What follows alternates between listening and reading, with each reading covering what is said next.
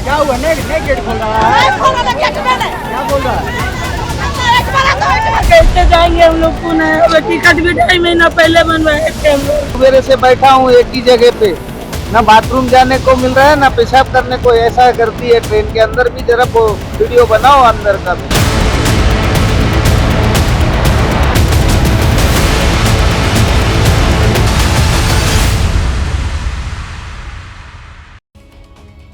मशहूर उर्दू शायर वसीम बरेलवी का शेर है कि हर शख्स दौड़ता है यहाँ भीड़ की तरफ, फिर ये भी चाहता है उसे रास्ता मिले। कुछ ऐसी ही कहानी कुंभ के मेले तक पहुंचने वाले हर शख्स की है जो भीड़ का हिस्सा बनकर डुबकी लगाने जाना चाहते हैं, लेकिन इस कोशिश में भी है कि उन्हें चलने के लिए रास्ता मिल जाए, ट्रेन में बैठने के लिए एक अदद सीट मिल जाए और बैठने के लिए ना सही तो खड़े होने के लिए 2 कदम भर जगह मिल जाए। लेकिन यकीन मानिए, कुंभ को खत्म होने में सिर्फ 8 दिन बाकी हैं और यूपी, बिहार और मध्य प्रदेश के कोने कोने से ट्रेन और सड़क के रास्ते आ रही भीड़ इतनी भयानक है कि ना तो रेलगाड़ी में तिल रखने की जगह है और ना ही हाईवे पर गाड़ियों की रफ्तार भरने की। और ये हाल तब है जब अभी आखिरी स्नान यानी 26 फरवरी को शिवरात्रि के दिन स्नान बाकी है। कुंभ खत्म होने से पहले आखिरी वीकेंड यानी शनिवार रविवार बाकी है। यूं समझ लीजिए कि अभी कुंभ को लेकर असली परीक्षा बाकी है।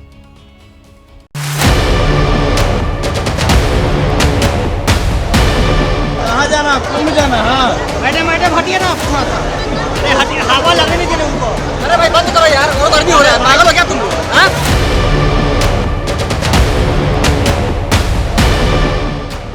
एक ट्रेन रेलवे स्टेशन पर रुकी हुई है।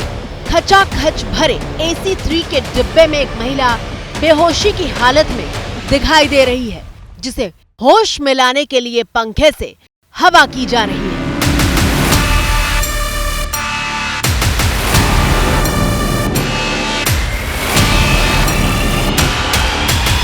पागल हो गए हम पागल हो गए। अरे भाई तुमको उतारो ना, उतारो उनको।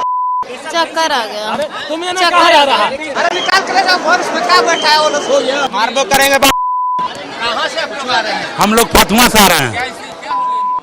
मन खराब चक्कर देने के लिए। हाँ AC बंद, AC शीशा वहीं पर टूट गया। सब लोग अखलाए लगे। जाना प्रयागराज है।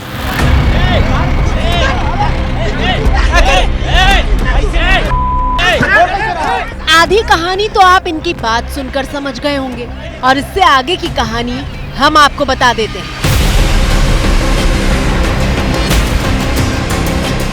AC3 के हालात जनरल डिब्बे से भी खराब हैं, क्योंकि सबको किसी भी हाल में प्रयागराज पहुंचना है। संगम पहुंचकर डुबकी लगानी है, फिर चाहे संगम पहुंचते पहुंचते हर सांस पर ही संकट क्यों न पैदा हो जाए।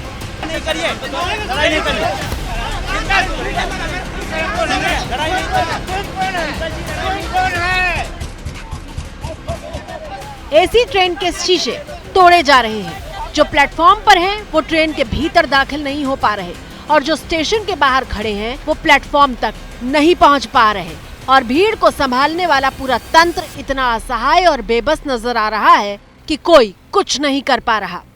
पुअर व्यवस्था है, महापुअर व्यवस्था है, महापुअर व्यवस्था है। इतना भीड़, ठेलम ठेली, मारा पीटी सब हो रहा है। कोई व्यवस्था अच्छा नहीं है, एकदम बर्बाद व्यवस्था है। कोई गेट नहीं खोल रहा है, कोई जाने नहीं दे रहा है अंदर। इतना परेशानी हो रहा है, सुविधा हो रहा है। विधायक आके नहीं देख रहे हैं पोजीशन को। और जब कुछ मांगने होता है तो हाथ जोड़ के क्या पोजीशन है, आदमी मर रहे हैं। धकेल दिया हम लोग पूरा आदमी का, जबकि 2 आदमी का हम लोग टिकट कटा हुआ। मेरा टिकट जो हुआ, क्या करना चाहिए? पैसा रेलवे को वापस करना चाहिए। भीड़ का विज्ञान समझ पाना तो चुनौती साबित हो रहा है। तो चलिए कुंभ की उमड़ती घुमड़ती इस भीड़ के मनोविज्ञान को समझाने वाली अगली तस्वीर दिखाते हैं, जो बिहार के नवादा से आई है।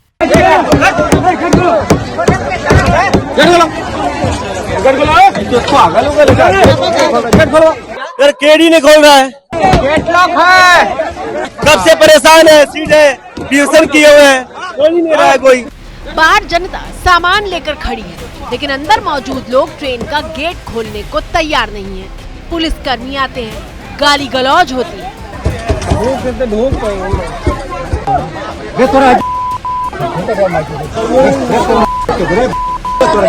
लेकिन ट्रेन का गेट नहीं खुलता। गेट बंद किया है तो हम लोग क्या कर सकते हैं? दिक्कत हो रहा है कि नहीं सीट है और नहीं गेट खुल रहा है। और इसकी कीमत कौन चुकाता है? ऐसे नागरिक जो नियम कानून का पालन करते हुए पहले ही टिकट कटा चुके हैं, लेकिन उनकी आंखों के सामने से ट्रेन गुजर गई और वो रोते रह गए। कैसे जाएंगे हम लोग पुणे? टिकट भी 2.5 महीना पहले बनवाए थे हम लोग। क्या परेशानी? टिकट आपने बनाया था, देखिए ये दिखा रही है। गेट ही खोला नहीं किसी ने, दरवाजा खोला नहीं किसी ने। उनका बाप का ट्रेन है क्या? चली गई ट्रेन, तब हम कैसे जाएंगे? पूना जाना है, महाराष्ट्र में मेरी बच्ची आवेदा कॉलेज में पढ़ती है, इसको एग्जाम देना है 12वीं का। किसी के पास इस सवाल का जवाब नहीं है कि इनकी बेटी की परीक्षा का क्या होगा, ये पुणे कैसे पहुंचेंगी। कोई भी नहीं, कोई काम का नहीं है ये सब चीज। मेरा पूरा लाइफ खराब हो गया, एग्जाम चालू है मेरा।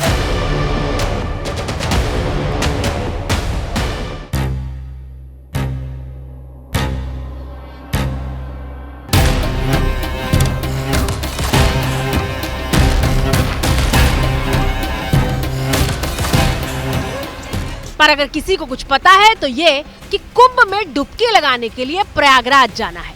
वरना बताइए, अगर डुबकी लगाने की होड़ ना होती तो लोग इस तरह से जान दांव पर लगाकर बेहद गैर जिम्मेदाराना बर्ताव का प्रदर्शन क्यों कर रहे होते।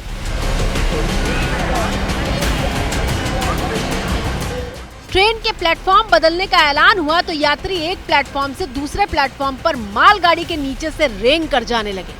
सामने ट्रेन आ रही है, लेकिन आस्था का उन्माद इस कदर हावी है कि किसी बात की कोई परवाह नहीं है। हम लोग श्री राम के भक्त हैं, कभी भी मरने का के लिए तैयार हैं। आस्था पर हमारा पूर्ण विश्वास है, इसलिए जा रहे हैं कुंभ स्नान करने के लिए। महाकुंभ का फिर मौका मिलेगा, इसलिए हम लोग जा रहे हैं। तो मौत के दिन लिखा हुआ है ये जहिया जाए, लेकिन धर्म के नाम पर मरेंगे तो फिर पुनः हमको आस्था मिलेगा। टिकट उकट हुआ है? टिकट कुछ कटाने का मौका नहीं मिल रहा है। श्री राम टिकट है। श्री राम टिकट हम लोग के साथ।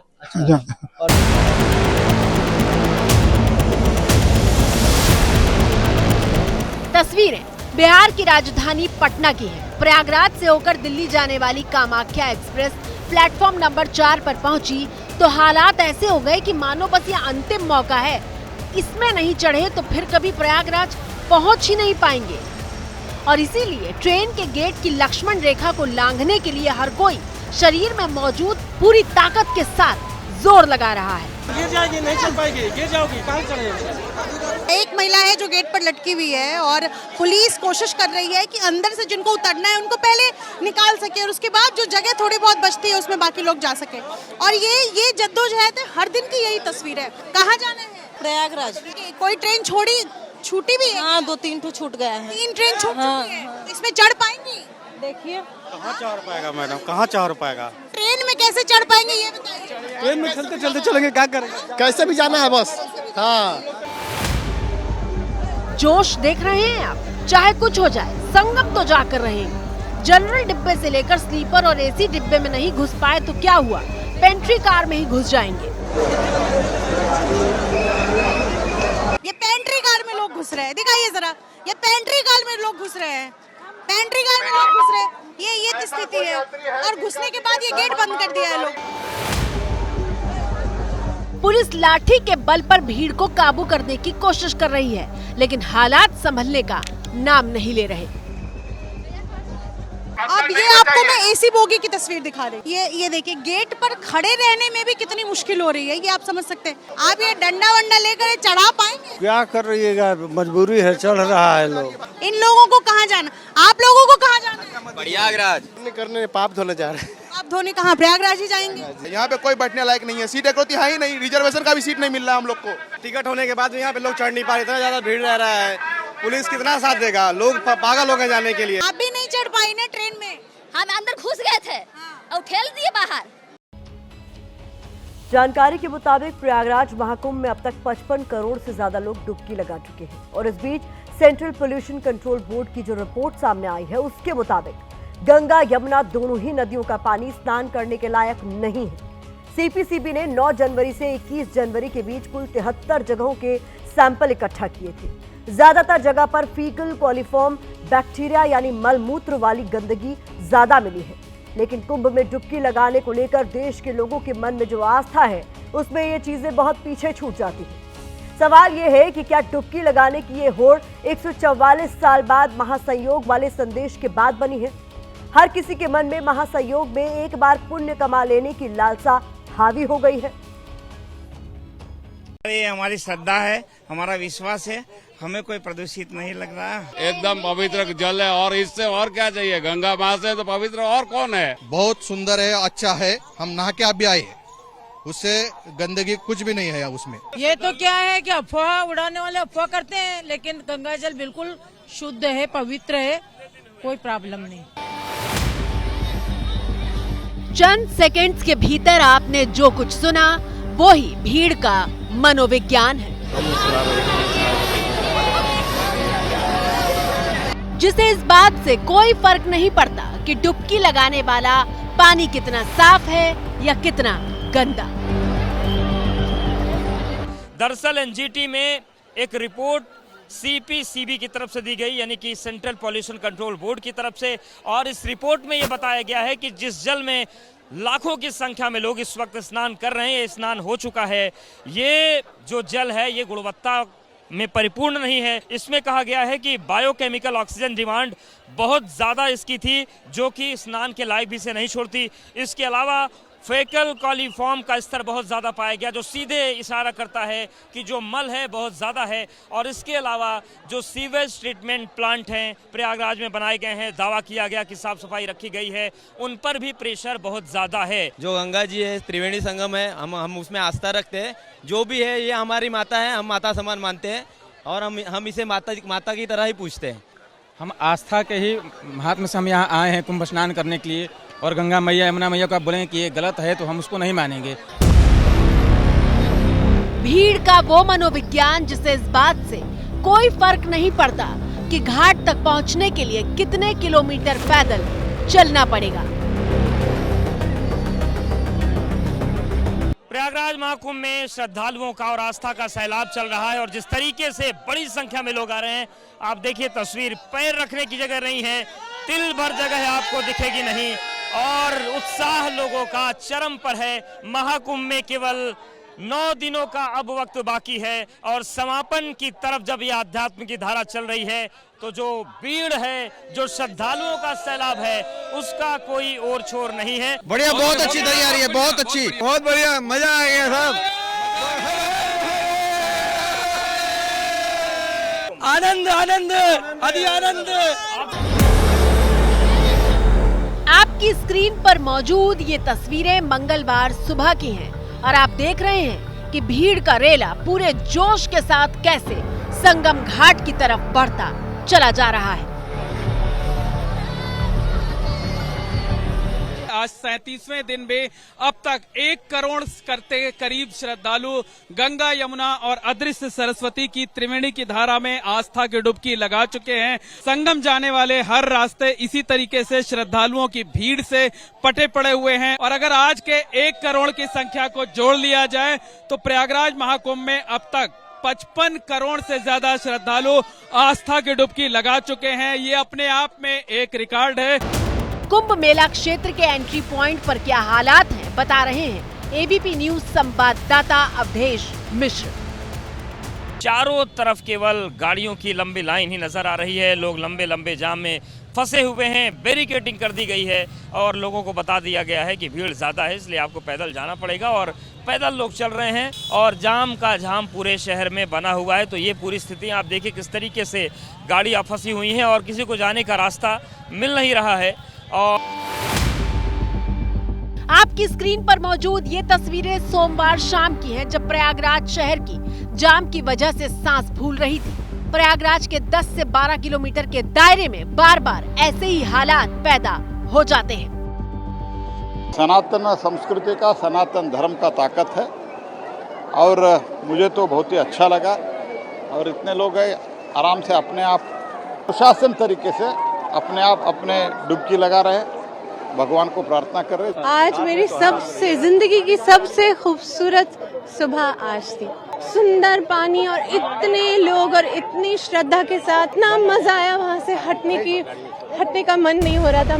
देश की आबादी का एक बड़ा हिस्सा इन 8 दिनों के भीतर कुंभ पहुंचकर डुबकी लगा लेना चाहता है। हमने इस सवाल का जवाब जानने और समझने की कोशिश की कि आखिर लोगों के बीच इस तरह की होड़ क्यों मची है, कि ये आखिरी कुंभ है। ये जो भ्रांति फैलाई गई 144 साल के बाद एक कुंभ आया है, ये बिल्कुल निराधार है।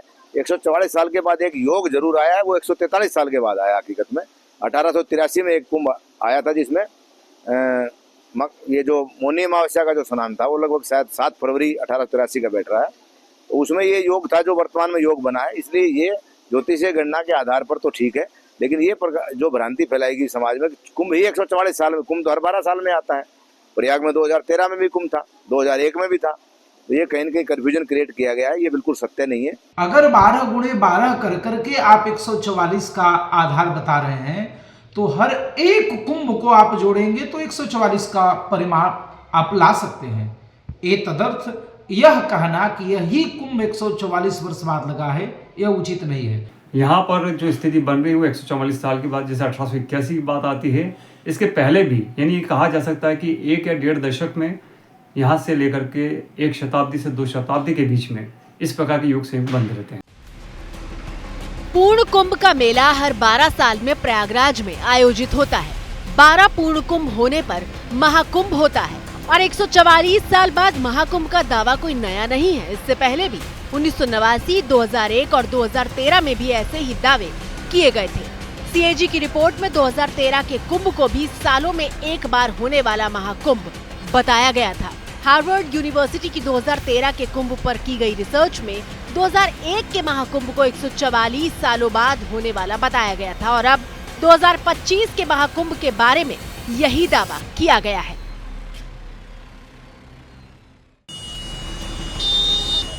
लेकिन यकीन मानिए, जो कुछ हो रहा है वो तो सिर्फ एक वानगी है, क्योंकि कुंभ में अभी 8 दिन बाकी है, आखिरी वीकेंड बाकी है। अगर सामान्य दिनों में यह हाल है तो सोचिए कुंभ खत्म होने के पहले जो आखिरी शनिवार और रविवार होगा, उस वक्त भीड़ की क्या स्थिति होगी।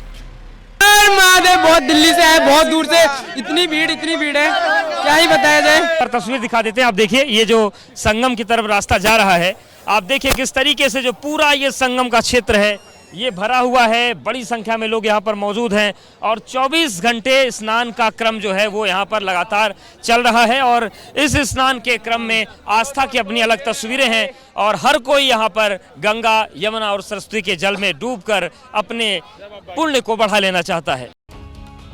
इसी के साथ भारत की बात में आज फिलहाल इतना ही। मुझे दीजिए इजाजत। दुनिया बदल रही है और ये भारत के लिए ला रही है इन्फिनिट अवसर, जिसे हम कहते हैं मिनट इन्फिनिट। देखिए और आइए आइडियाज ऑफ इंडिया के मंच पर समझेंगे इसी मिनट इन्फिनिट को 21 और 22 फरवरी abplive.com पर।